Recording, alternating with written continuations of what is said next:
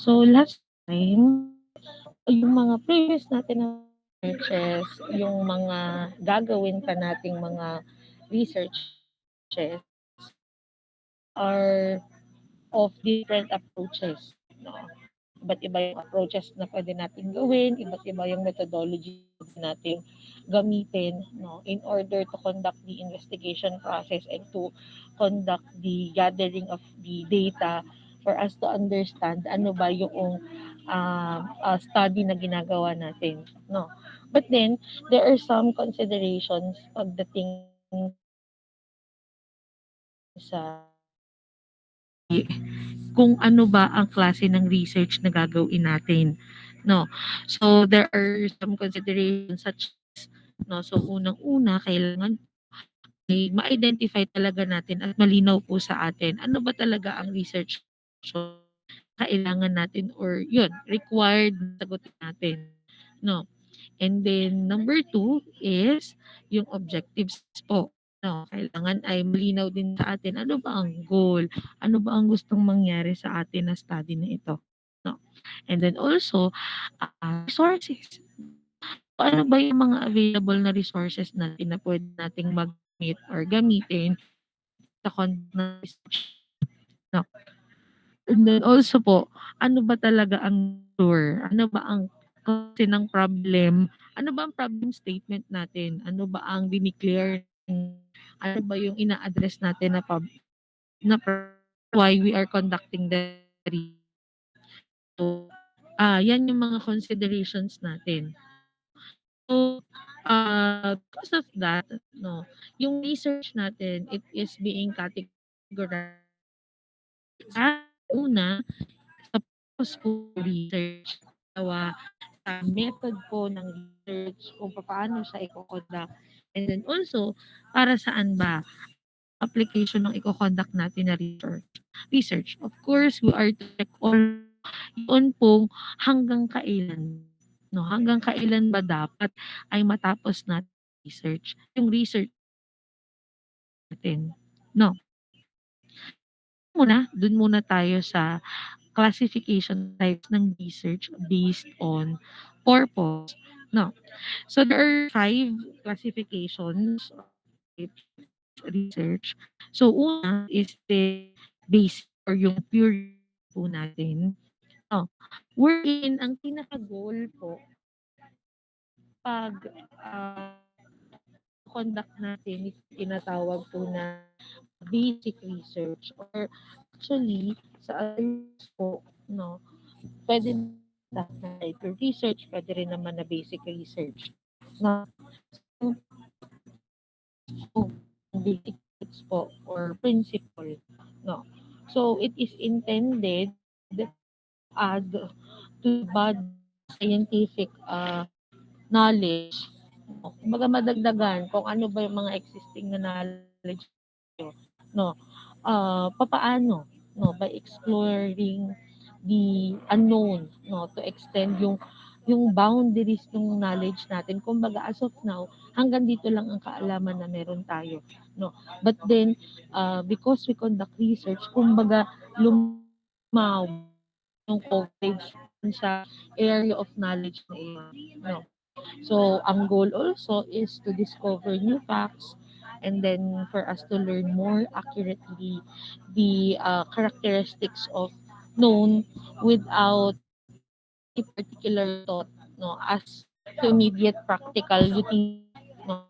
So, example niyan is yan, investigation ng molecular structure, okay, of a new chemical compound. No? So of course, there are cases na merong change, nakakaroon ng change pagdating sa ano natin. Halimbawa, yan, molecular structure nga. So of course, it produce new element or chemical na hindi pa siya totally talaga exist.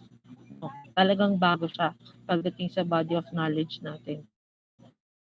So, next okay. So, ayan, naka-define sa amin. Live research, hands-on. So, ibig sabihin po, yung research natin is directly ay nagwo-work dun sa mismong topic or subject natin habang nung research natin, 'no. Yung type po nito, it involves kumbaga, seeking new application noong mga scientific knowledge natin, 'no, which is yung application na yun is solution for a specific problem. For example, development ng new system, development ng bagong procedure, even halimbawa yung mga devices or even method po in order again to solve the problem, no. Example, no, example ng applied research natin, example yan, climate change. So we try focus, applied research ay nagfo-focus dun sa mga nangyayari, yung talagang effect noong change, no. So from there, dun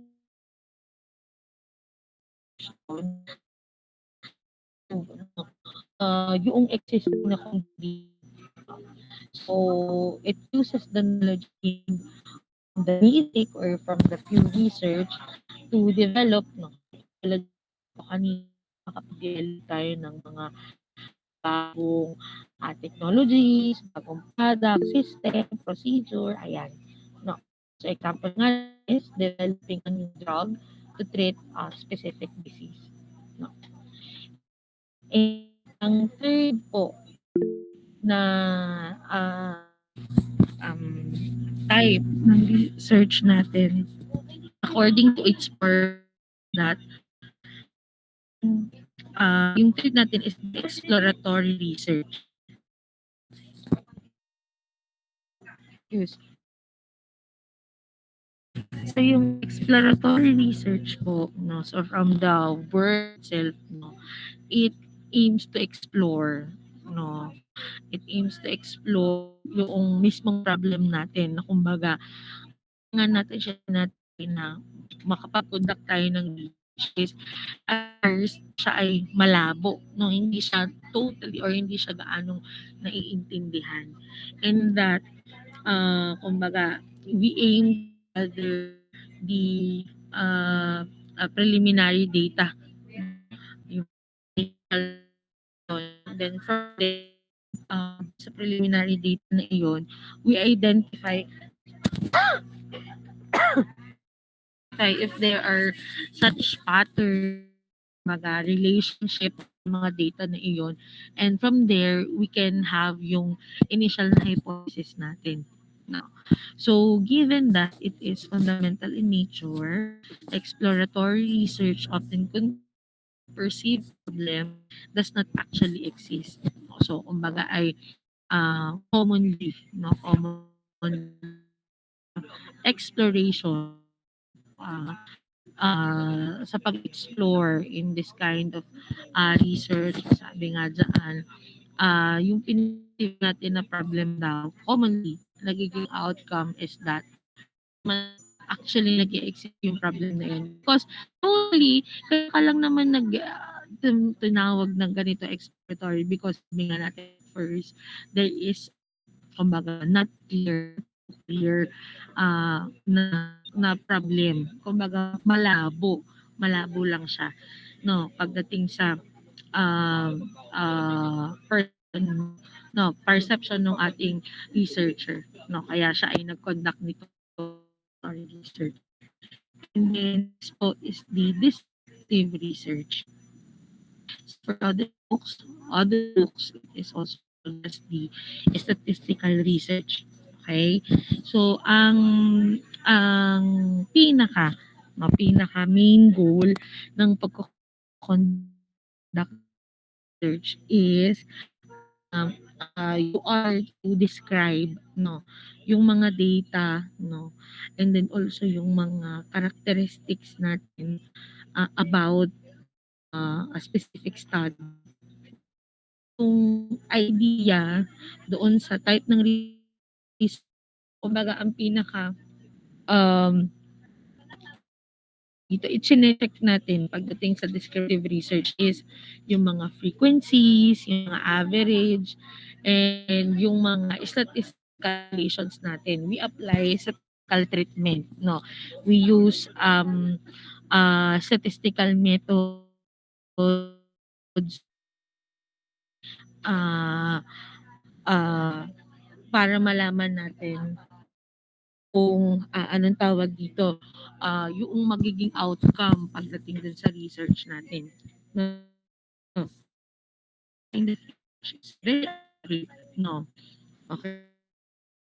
Ang loophole kulang pagdating sa descriptive type ng research is that anong tawag dito, hindi natin na-check process. Bakit, no? Bakit nagkaroon tayo ng ganitong problema? Bakit tayo ah, bakit tayo pumasok? Bakit nangyari yung ganitong pagkakataon or case? No. So, pagdating po sa descriptive research, we answer the questions ng who, what, where, when, how, pero hindi natin sinasagot yung question na why. No, why? Sa descriptive, hindi sinasagot yung why. Di sa explanatory, no, or causal research. No, dito naman ngayon sinasagot yung why, no, because ang focus nga nito while causal research, no. Kumbaga nagkakaroon tayo ng checking or investigation sa cause and effect relation ng mga variables natin, no. So ano ba so yung variable yan po ay defined as yung quantity or yung characteristic that have two or more mutually exclusive values ng atin pong mga properties, no. Kadalasan yung mga quantities na iyon, yung mga variables po na iyon ay wala po.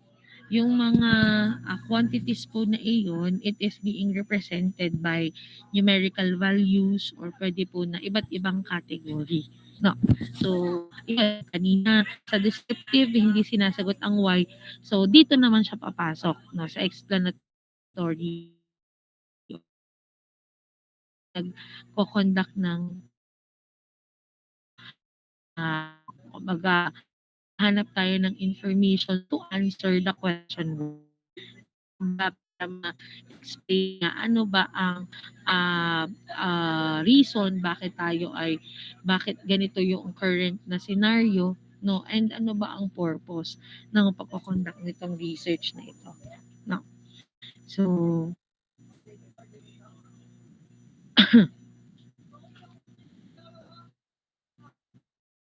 okay, no, next naman is so after noong is purpose ngayon ay di-base na ito yung meron tayong classification method po. So una, it can be a qualitative kind of research, no? Or pwede rin naman na quantitative research. And then yung number three is yung mix po or yung combination nitong dalawa, no? Nitong qualitative kind ng research, no? So, dun muna tayo sa qualitative research. No? So, sa qualitative research, ang focus po research natin ay unang-una for us to understand ano ba yung concepts. And then we include the experiences or ano ba yung phenomena which is no we understand all of those, we experience yan, we explain, no, which objective na perspective, no, kumbaga based on your own opinion, based on the persons or dun sa tao na nagko-conduct ng research, no, ano ba ang perspective niya. Dating sa qualitative research, hindi tayo gumagamit ng numeric, no. So, for example niyan, yung mga non-numeric na data, yung mga information kuha interviews, no, yung mga informations na nakuha through observations, and pwede rin naman na text, no. So, basically ang first hand information niya ay manggagaling dito sa mga ito, no, sa interview, sa observation, and even po dun sa mga primary sources natin, I mean printouts, no, like that, kaya sabi text analysis. So again, qualitative is subjective, no, perspective. Depende po sa researcher, no, iintindihin, no, papaano niya ipe-present yung isang ah, scenario. Eh, na po is the quantitative research o ay kabaligtaran. No, kabaligtaran niyo pong kinokondak ng una natin na research, which is the quantitative research. So kung kanina ito po ay yung qualitative ay non-numeric, ito of course kabaligtaran. So siyempre ang concern natin dito or focus ko dito ay numerical data. No, so dito natin ito yung klase ng research wherein we collect and we analyze those numerical data, and then from that numerical data dun po tayo nag-a-identify, no, dun tayo nag-a-identify ng pwede na kumbaga possible na trend, no. So of course, this is or we analyze the numerical data, commonly gumamit ng mga statistical methods. No, kung yan ay fitness, yan. So, meron tayong iba't possible na option or statistical methods pagdating dito to analyze. No. So, example, using surveys to collect data on consumer spending habits and it with statistical software. Okay?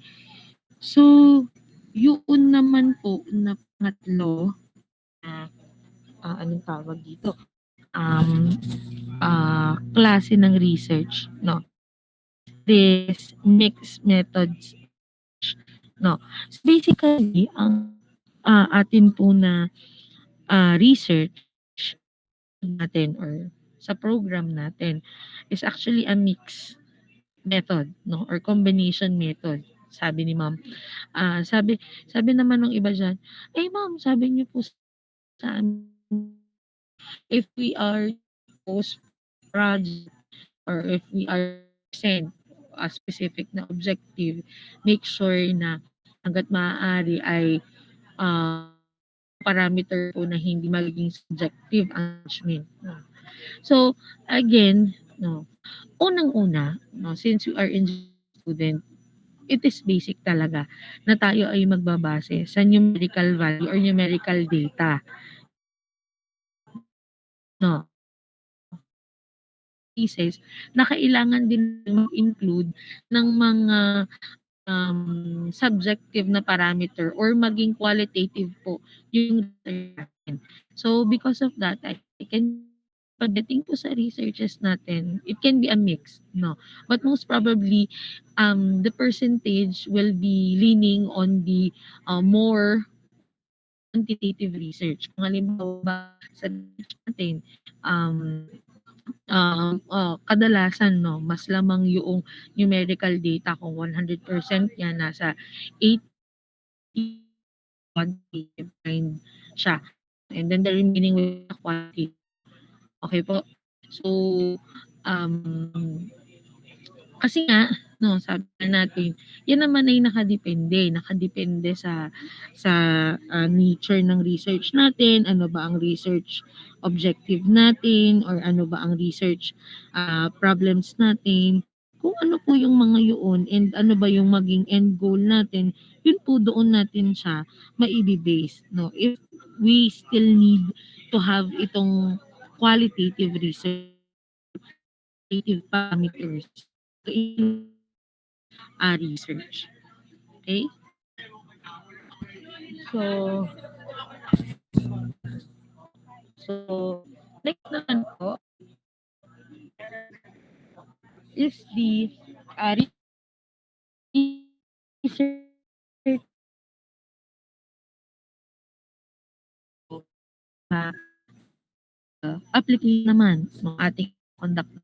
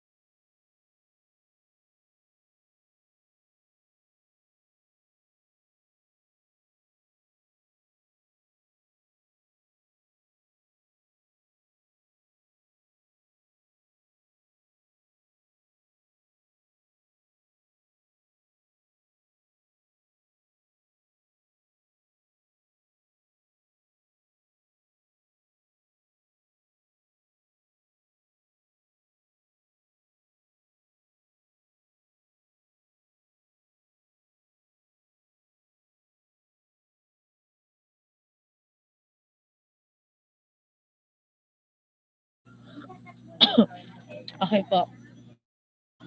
So, yan. So, balik tayo. Okay? So, after po yung method, then we proceed the uh, on application. No, is that we have we call experimental research. Okay. So, kapag sinabi experimental research na kung saan mayroon tayong certain one or two variables na dito, uh, minamanipulate, no? So that we will know ano ba ang magiging effect niya. So basically, we observe no, after we manipulate it, we observe ano ba ang magiging effect dun sa iba pang mga variable natin. No? So, ah kadalasan itong ah, experimental research na ito, this is commonly being done in a controlled environment, no? Para talagang maging malinaw, para talagang ma-establish natin kung talagang, kumbaga, ano ba yung naging cause talaga nung certain na, kumbaga, kung maging change man yan or kung ano man yung naging effect, no? Ano yung naging reason noon? Ano yung naging cause? Papaano niya naging outcome no, nung naging ginawa natin na experimentation. Reason is yan, testing the effectiveness of a new fertilizer on crop yield in laboratory testing. Okay? So,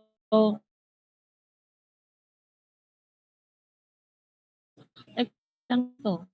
Ayan. Nga, we try to halimbawa ay apply no fertilizer into a specific na, kumbaga, meron tayong naka-set up na o ganito kalawak na lupa, ganito yung weed. So, yung ano natin, tawag dito, compare yung previous na fertilizer, ito yung new fertilizer. So itong new fertilizer na ito, there is something new with it, no, na pwedeng mas makapagpabilis na mag-grow ng plants natin. No, so same, different lang in kind of fertilizer line natin sa bawat setup natin. So makikita natin na kumbaga same lang yung condition, pero because of the new or yung content ng new fertilizer natin, ganito yung naging outcome. Kumbaga, same number of days, kung kailan sila, kumbaga, i-check, no, yung number of times na sila ay didiligan, yung amount, no, ay same din, no. And then, I mean, yon, controlled lahat. Minanipulate natin na ganito dapat yung magiging um, outcome natin. I mean, ganito dapat yung magiging um, dito, variables natin, no? So, ayun. Para malaman natin, no, dun nga sa new fertilizer, ay lumaki ng mas malaki sa previous fertilizer na ginagamit is because of this, the content of the new fertilizer. No. And then, yung natin po na research, experimental research, of course. Meron tayo dito na experimental wherein minamanipulate natin yung ating. Siyempre, meron naman tayo na non-experimental. Wala or whatsoever na manipulation na ginagawa mga variables po natin. So, ino-observe siya and measure, pero wala tayong binago.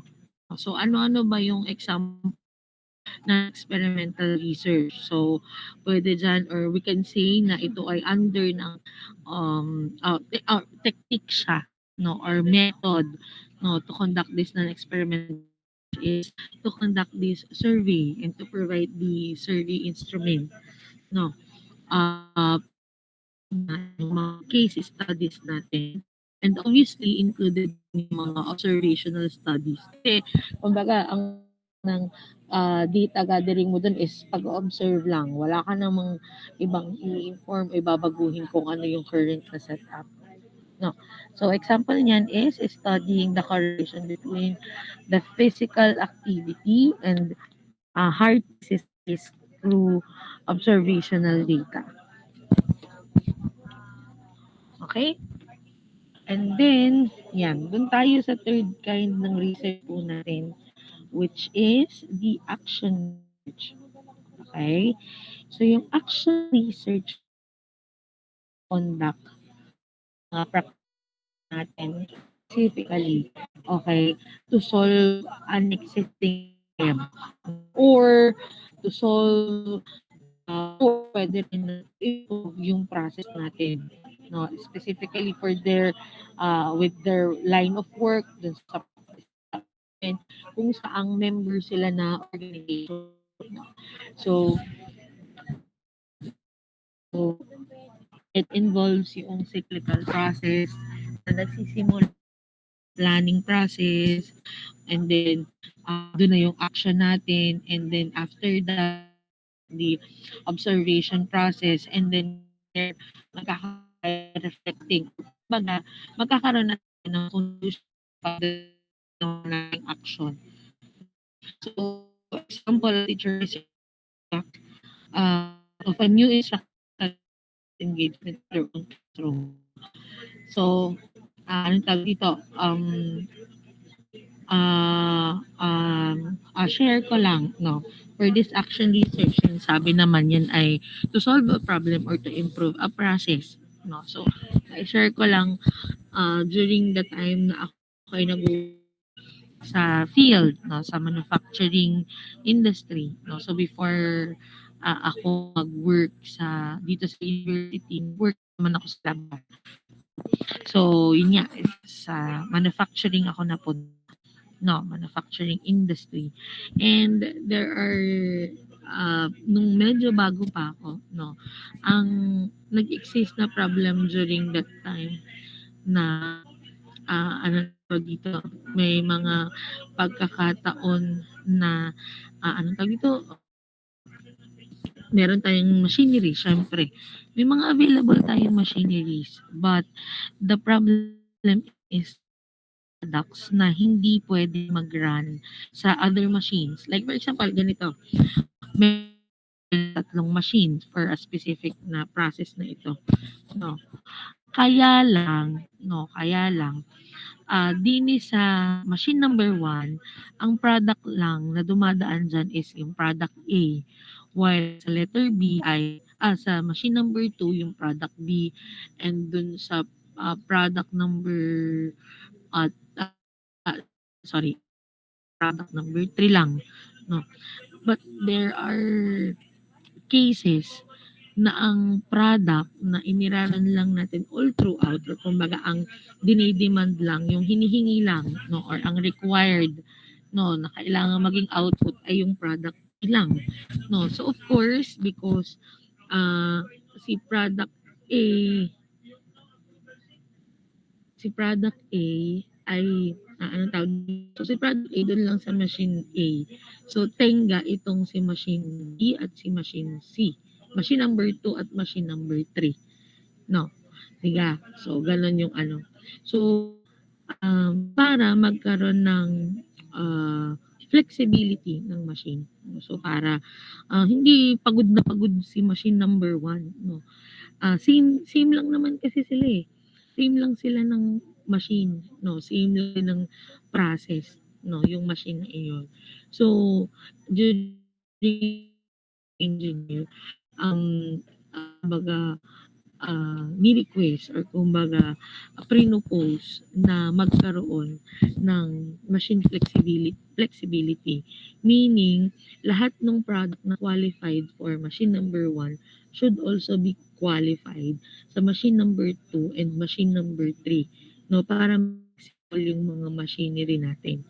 No, so paano ba siya? Kung halimbawa na ang ipaprocess mo number 1,000. Previously, dun lang talaga siya nagra-run. Tapos yung iba bakante, walang nagra-run. So if we have the flexibility or if we have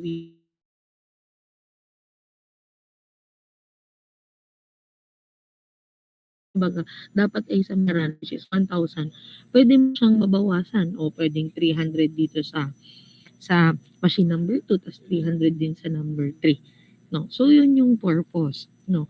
Papaano nagkaroon ng cyclical process doon? So, una nagkaroon tayo ng planning. No? Nagkaroon ng planning. The goal is to qualify the product to other machines. So, yan. So, may time talaga, may madi-delay, may madi-stop. No, mag-i-stop ang machine na ito for a while because magkakaroon ng qualification process. No, magkakaroon tayo ng product na iti-test.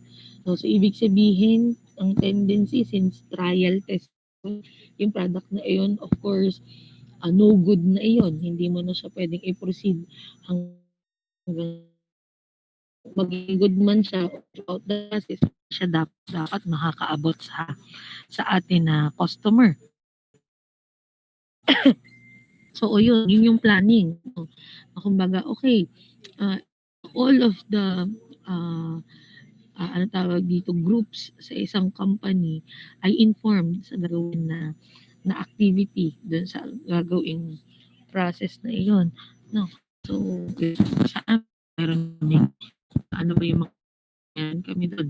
May engineering team, may manufacturing team, may quality control team, may yung sa plan team, equipment team, nandoon din. So, the goal is to, tawag dito, to complete, no? To complete the process and to endorse the machinery for full production until ganito acting, no, yung action. So, of course, yun na yung engineer, magkakaroon ng test run, then trial and error, yan. No, you act, no, you try na to qualify the product on the machine. Testing, observe what will be the outcome. No, what will be the outcome. By the way, during that, nung unang-una na medyo ang girl, so medyo minsan meron dalawa, tatlo na nasasayang na panel that time. Kumbaga, isa na lang talagang nasasayang, no? Kasi talagang need may masayang, no? Kasi talaga pagka for testing yung product, yung isang plate na iyon, no good na siya, hindi na siya pwedeng na yun, kumbaga, no. So after noon, no, continuously pag judgment ni engineer, kapag sinabi niya okay na, okay, for some time you are to observe, no, you are to check kung continuously ay maganda pa rin nagiging out, no? Maganda yung output na product natin. No? Diyan na yung conclusion. Diyan na tayo that in the end, no, after the qualification, after the process, no, yung result, and then qualified na yun, yung mga product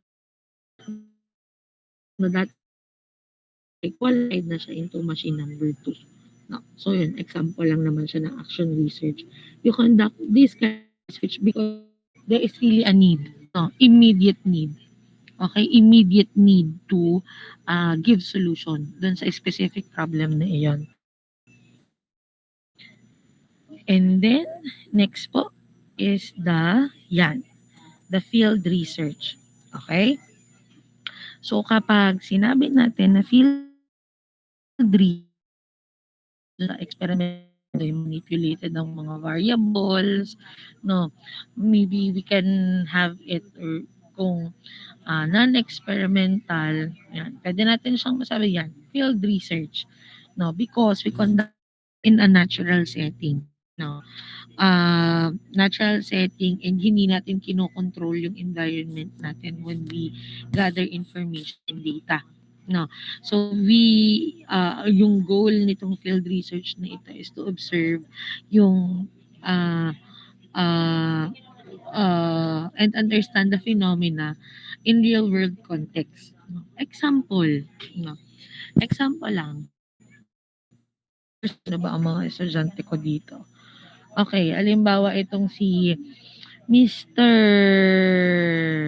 Sino to? Ayan, ito si Mr. Tolentino, si Mr. Ron.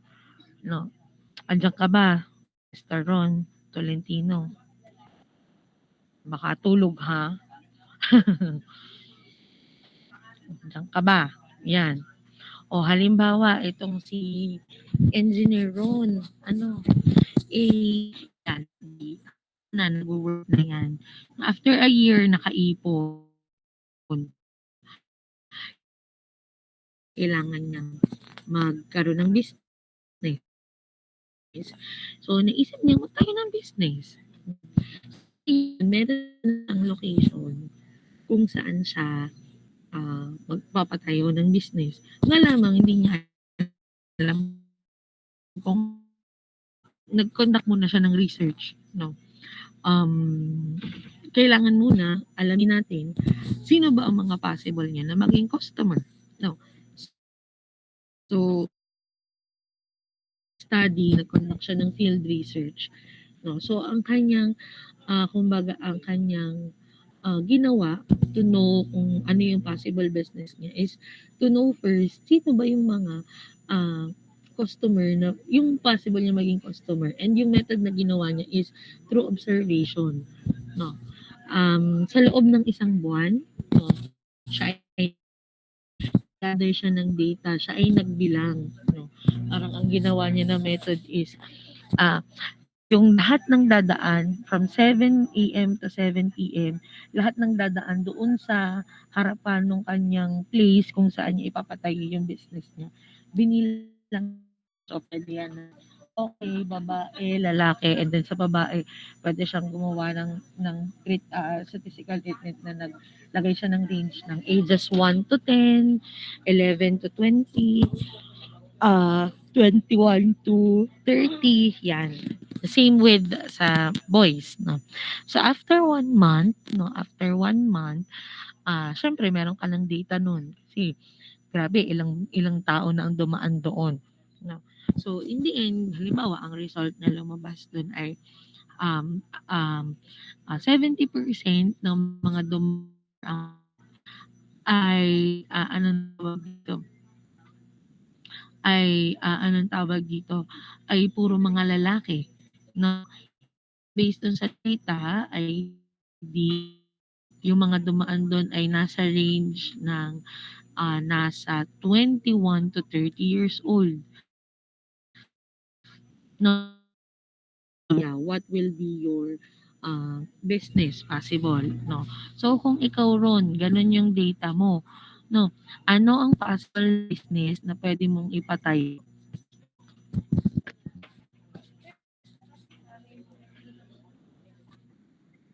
Ano po, yang Hmm, hmm, ano? mahalin po sa mahalin po sa tindahan or barbershop kung mostly po ay lalaki yung Yes, dumadaan. no. Oo, no. So, maliban sa barbershop, ano bang uso ngayon sa inyo sa mga edad na vape shop? Ano, pwede, no. Yan, o kaya ay babaihan. Joke. Hindi naman. Bar, di ba? Common, no? Common na ano ng mga, kasi ang target ng customer ay mga lalaki. That is field research, no? So, wala kang binago na kahit na ano, nagbilang ka lang, no? Kung ilan lang yung dumaan doon, hindi mo naman nilagay, hindi ka naman naglagay ng karatula doon na, okay, ang dadaan lang dito ay mga ganito, no? Hindi naman ganun ang ginawa mo. For you to know ano ba ang, or sino ba ang possible mo na maging customer, no? And then, para malaman mo din, ano ba ang business na pwede, no? And then, next po is the laboratory research naman. Okay? So, this is conducted in means. No? So, kung kanina, hindi natural setting lang siya. No? Sa laboratory research po, siya ay, of course, kino-conduct into an controlled and manipulated setting. So, dito po yung mga variables natin is accurately manipulated and measured. Ang ibig sabihin noon, bakit nasabi na accurately and precisely ay measure natin siya? Of course, because in a laboratory or sa laboratory settings natin, of course, there are some no, para makakuha information. No, so if for example, you can use such equipments and um, anong tawag dito, ah, machines and tools, para makapag-measure, 'no. Kaya naman masasabi na talagang precise and accurate yung makukuha natin na data. Nga lamang ay di yun nga, kaya siya sa laboratory, 'no, para, malaman talaga natin, para malimit natin na magkaroon ng ibang factor when we conduct the research, 'no. Okay. And then next po is, so purpose, yung, anong tawag dito, after ng purpose ay di yung based sa method, based sa application. Then, ito naman, based na time frame. No? So, diniscuss natin nung orientation pa lang, no? Or noong last meeting natin. So, sabi doon na may mga researchers na ah, for a short period of time, meron naman na for a long period of time, no? So, meron tayong klase ng research na yan, tinatawag natin cross-sectional research.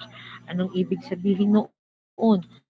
Natin yung data at a specific time, single point, para malaman natin yung current state ng atin na phenomena.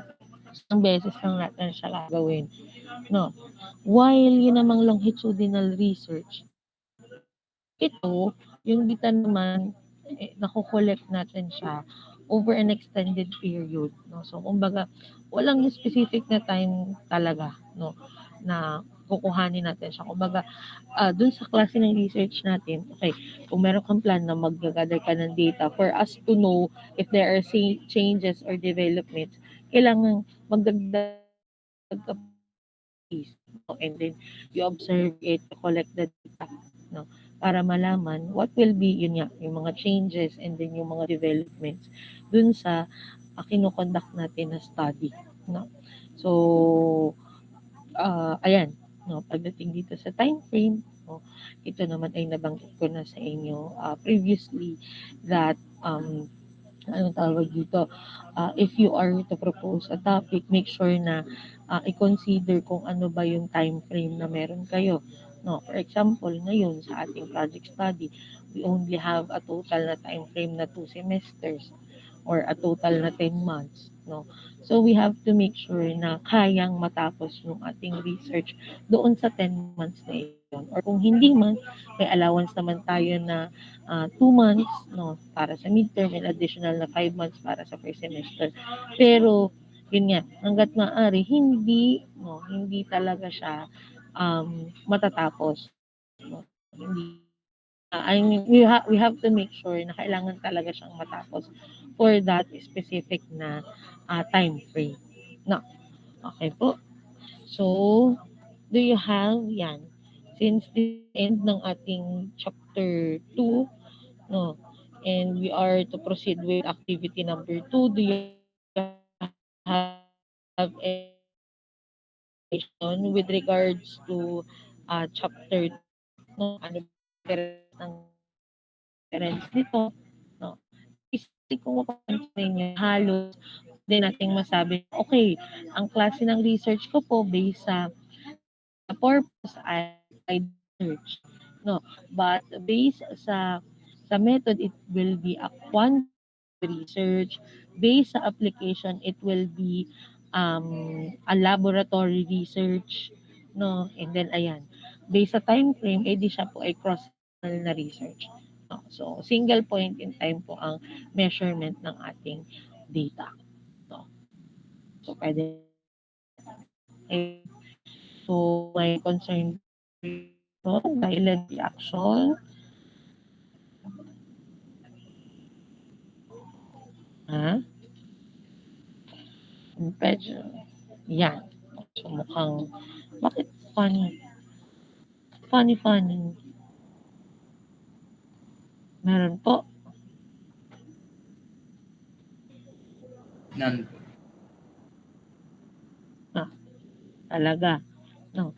So, since wala, then we are to check yung inyong mga topics po. Na, share ko pala ulit para makita nyo din. Yeah. So, since we have remaining na 20 minutes, i-check naman natin yung inyong mga pinopose na project. No? Meron na bang nag-submit? Ah,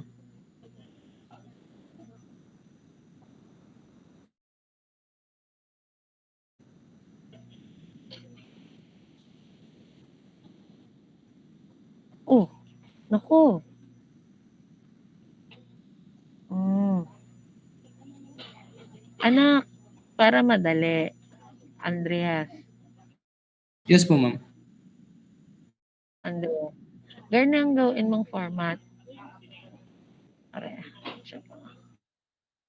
Anak, sa bagay, ganun din naman nga yan. Sige, sige, okay na. Okay. So, this will be, yan, ang nag-propose nito ay, oh, so ito palang group 5, aring si Andreas, Tricia May, si Charles, saka si Noel. Sige, tingnan natin ang kanilang proposal. Okay.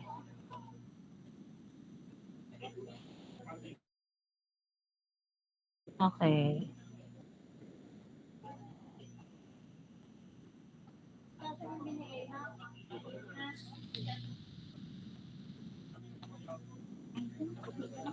Okay. So, anong gagawin sa pineapple fish ways? Pineapple peel ways. Otoy. Otoy, mga ining. No? So, kapag kayo nag-propose, so, since nakita ko naman, tanggalin nyo na yan, yung mga pineapple peel ways to pure water. Tanggalin nyo na yan. Ano ang mismong gagawin ninyo? Innovative, because actually, if it is innovative or not, we can't measure it. Di ba? Paano nyo nasabi na innovative siya? Paano siya nasabi na hindi? So, i-remove this na lang. Your title is Design and Development or or that is performance evaluation. No. For this topic, for example, design and development of ano po mismo ang i-design at ano po mismo ang inyong i-develop. Alin po mismo? Kasi hindi po ito ang tamang statement ng inyong project title. No. Ano po ang inyong i-develop? No. How are we going to convert ang intindi ko din ang magiging title development of blah blah blah. No. Kasi hindi ko alam anong gagawin ninyo mismo. No. Utilizing pineapple peel waste. Okay? Utilizing pineapple peel waste. Yan. Hanggang dun lang. And then, pagdating na lang sa scope and limitation, discuss that are pure water. Not pure water, but a potable water. Tama nga. Ano bang gagawin ng pineapple peel waste? Siya ba ang gagamitin para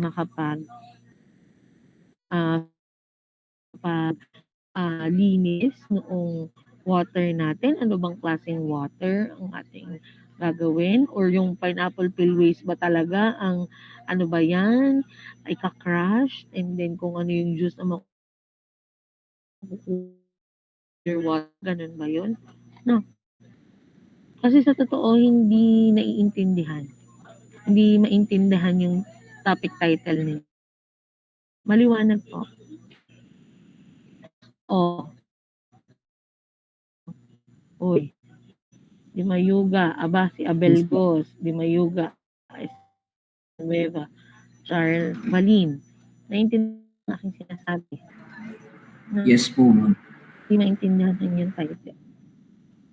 Ito din, tanggalin na yan. Yung mga may tutuldok na yan. No? Ano ba talaga ang i-design at i-develop? No. Ito, kakatapos lang na rin.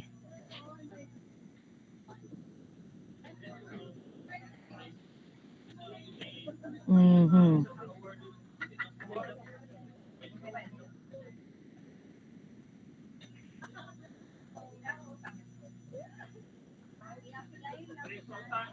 Hmm. For now, dahil hindi maliwanag, no, ang description or yung even yung title pa lang ng inyong study, be specific with your title, no. Ano ba ang i-design mismo ninyo at i-develop? Or ano ba mismo ang i-design ninyo at isa-simulate, no? I-detail yun. If you are to utilize a specific na raw material, then include it. Utilizing ganito. No, and then after noon, what will be your target output? No. Like tulad dun sa example kanina, utilizing of um, uh, uh, pineapple peel waste, utilizing pineapple peel waste for the production of ayun. No, so ilagay siya maliwanag. No, kailangan ay specific po. Ano ba talaga ang inyong gagawin? Okay pa? Yes Okay po, po. ma'am. Yes po. Okay. Naintindihan ha. So next time, I hope I revise or dun sa mga iba pa na hindi pa nagpo-propose, I hope ay ganun na ang magiging format ng proposal ng ating topic title. And then if you have time, no, para hindi pa ulit-ulit tayo, hindi pa balik-balik. Well, actually kasi dun sa ng topic, no, meron doon isang grupo na yung sinubmit, tatlo yung almost okay na. No? Kaya lang may hinihingi lang ako na design kasi para maliwanag sa akin kung ano ba talaga ang gagawin, kung paano nila gagawin.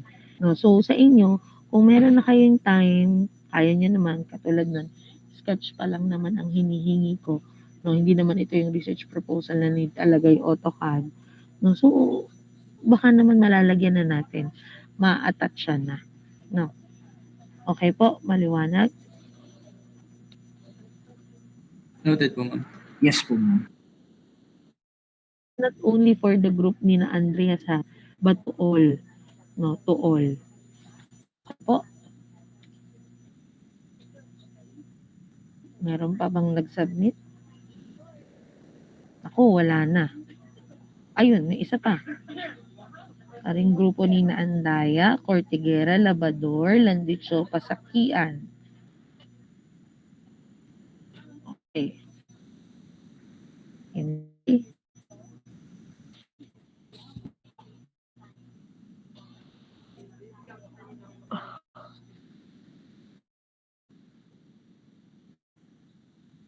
Mhm.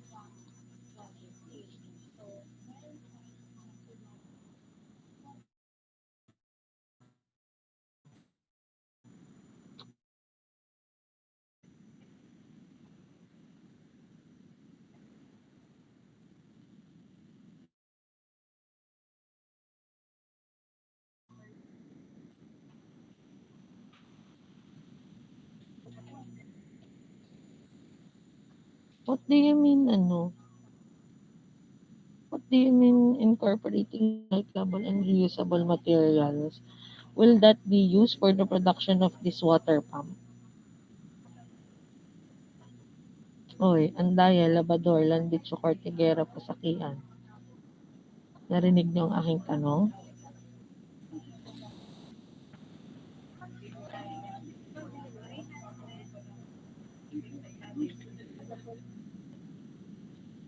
Ma'am, paulit. Oy, Ano pong sabi niyo po? dine, ari sa pang limang ari. You are to develop a machine. Ayun, same ng comment kanina ha. Babaguhin na. Narinig naman siguro ang kinoment ko dun sa unang grupo. Narinig? Yes po, ma'am. Yon. So, babaguhin. Ngayon, medyo lang ako sa topic number 4 ninyo. No. So, ano gaaring are to develop this electromagnetic induction water pump. Yun ga nga. Tapos, gagawa kayo, you are going to use the systematic, this recyclable and reusable materials. Paano kayo makakabuo noon?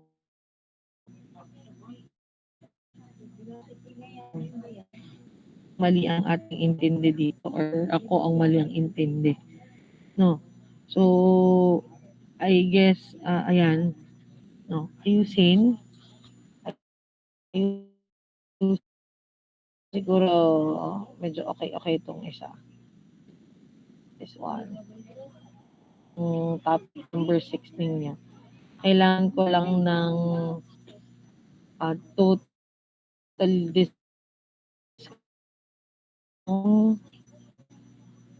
anong tawag dito? Yung sketch ng inyong design. So, I can nababa dun sa inyong propose mismo. Okay po?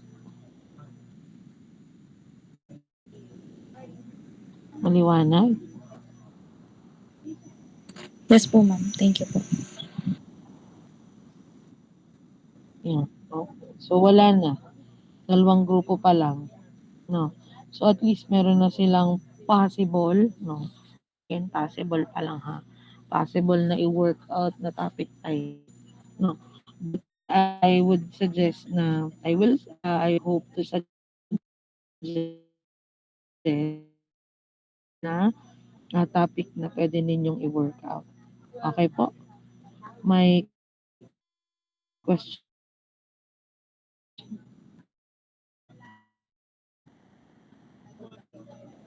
Hello?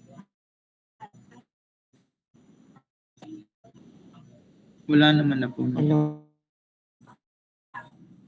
Okay. No, so next time ha, ako na may tambakan ninyo ng topic. Okay po?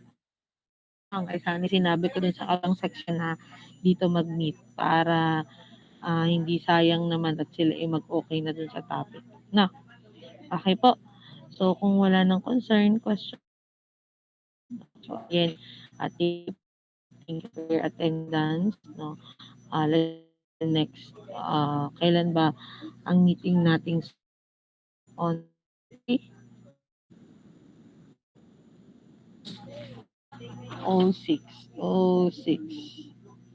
Tuesday po, ma'am. Okay. No. So, we are to meet again on Thursday. Okay. So, kung wala ng concern, yan, again, pwede na po kayo mag-leave sa meeting room. Thank you. Good afternoon.